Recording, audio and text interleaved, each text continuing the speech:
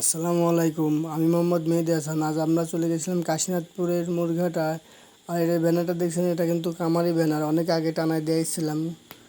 তো আমরা চলে এসেছি কাশীনাথপুর মুরঘাটা। দেখেন, আমরা কিন্তু অতি সকালে গেছিলাম, তার কারণে দেখেন এখানে কিন্তু লোক সংখ্যাও কম। আমরা নিয়ে গেছিলাম আজ কিছু ফার্মি মুরগি। দেখেন এখানে অল্প কিছু গৃহস্থ হাঁস মুরগি নিয়ে বসে আছেন, কিন্তু কোনো লোকজন নাই। তো দেখেন সব ব্যাপারে এসে বসে রয়েছে। তো একটা কাকার কাছ থেকে দুইটা ব্যাপারে মিলে দামাদামি করে তিনটা মুরগি নিচ্ছিল। কাকা তো মুরগি দিবেই না, তারা জোর করেই নেবে। এক পর্যায়ে কাকা হচ্ছে, তোমরা যদি নেও তাহলে খাজনা কিন্তু তোমাকে দেওয়া লাগবে বাপু, আমি কিন্তু খাজনা মাজনা দিতে পারবো না। তো দেখেন একজনের কাছে মুরগি তিনজন মিলে কেবি করে কলা কৌশলে কাকার কাছে মুরগিগুলো কম দাম দিয়ে কিনে নিল। তো আমাদের হাটে ব্যাপারের জন্য আমরা হাঁস মুরগি বিক্রিও করে পারি না, কিনতেও পারি না। এই যে এক ব্যাপারে দেখেন তিনটা মুরগি বাইরের কাছ থেকে জোর করে কাড়িয়ে নিয়ে কিনে নিয়ে গেল।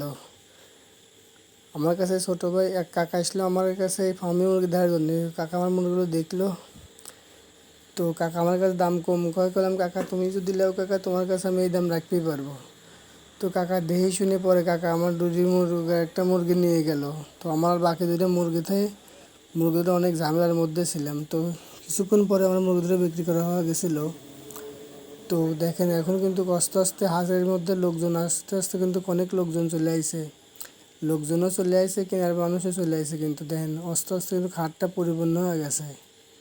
তো আমার পাশে এক ছোটো ভাই ছিল, ছোটো ভাই দুটো মুরগি বিক্রি করে দিয়েছিল। তো আমার মুরগিগুলো বিক্রি শেষ। তো দেখেন দেখলাম এক ব্যাপারী 6টা হাঁস কিনলো আপনার 1500 টাকা দিয়ে, আর 3 হাঁস বিক্রি করে 1100 টাকা। তো আমরা মাছ কেনার জন্য মাছাটা চলে গেছিলাম। মুরগি যেহেতু বেচা শেষ, মুরগি বিক্রি করে বাড়ি খাওয়ার জন্য কিছু মাছ নিলাম বড় দেখে একটা। তো বাবাকে বললাম যে মাছগুলো কাটে একটু ধুম করে দেওয়ার জন্য।